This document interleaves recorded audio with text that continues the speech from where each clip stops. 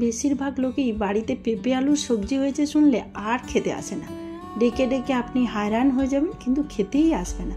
তো পেঁপে আলু সবজিটা যদি এইভাবে বানান তাহলে তো বুঝতেই পারবে না কি রান্না হয়েছে এবং চেটে ফুটে খাবে। এর জন্য মিডিয়াম সাইজের একটি আলু খোসা ছাড়িয়ে গ্রেটারে গ্রেট করে নিচ্ছি।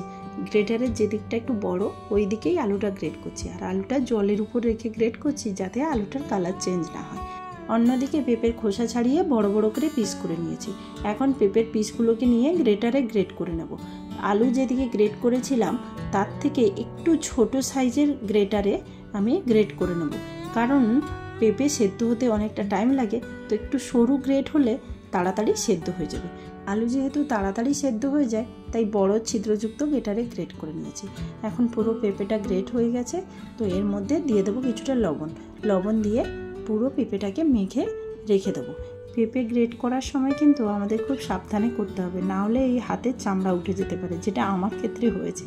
তো এদিকে কিছু লঙ্কা নিয়ে নিয়েছি, পিস পিস করে কেটে নেব।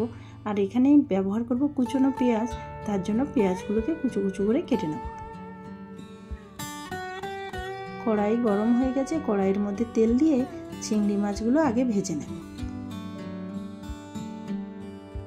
চিংড়ি মাছগুলো ভেজে তুলে নিয়ে ওই কড়াইয়ের মধ্যে তেল দিয়ে ফোড়ন হিসেবে দিয়ে দেবো কালো জিরে, সাথে দিয়ে দেবো একটা শুকনো লঙ্কা, সাথে দিয়ে দেবো তেজপাতা। সমস্ত কিছু ভালোভাবে ফ্রাই হয়ে গেছে তেলে। এখন 4-5 কোয়া রসুনকে হালকা থেতো করে তেলের মধ্যে দিয়ে দেবো। রসুনটা ভালোভাবে ফ্রাই হয়ে গেলে পেঁয়াজ দিয়ে বেশ কিছুক্ষণ নেড়ে লাল লাল করে পেঁয়াজকে ভেজে নেব। এখন কড়াইয়ের মধ্যে দিয়ে দেবো 1 টিস্পুন আদা বাটা, কাঁচা লঙ্কা আর একটা গোটা টমেটো পিস পিস করে কেটে বেশ কিছুক্ষণ নাড়াচাড়া করে মশলাটাকে ভালোভাবে কষিয়ে নেব। দিয়ে দেবো সামান্য হলুদ গুঁড়ো কালারের জন্য। মশলা কষানোর সময় অল্প পরিমাণ জল অ্যাড করে মশলাটা কষিয়ে নিতে হবে। মশলা থেকে তেল ছেড়ে এলেই দিয়ে দেবো গ্রেট করে রাখা পেঁপে। কড়াইতে দেওয়ার সময় হালকা হাত দিয়ে চেপে চেপে জল বের করে আমি কড়াইয়ের মধ্যে দেবো।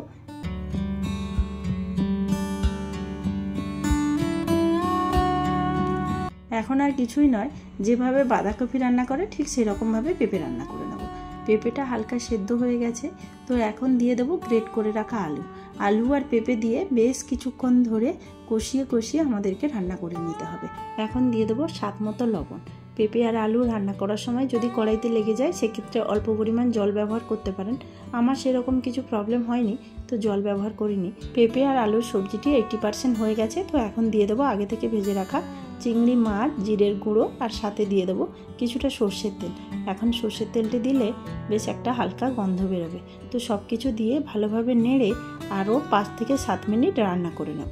এই সবজি রান্না করার সময় মাঝে মাঝে ঢাকনা দিয়ে রাখতে হবে যাতে পেঁপে আলু ভালোভাবে সেদ্ধ হয়।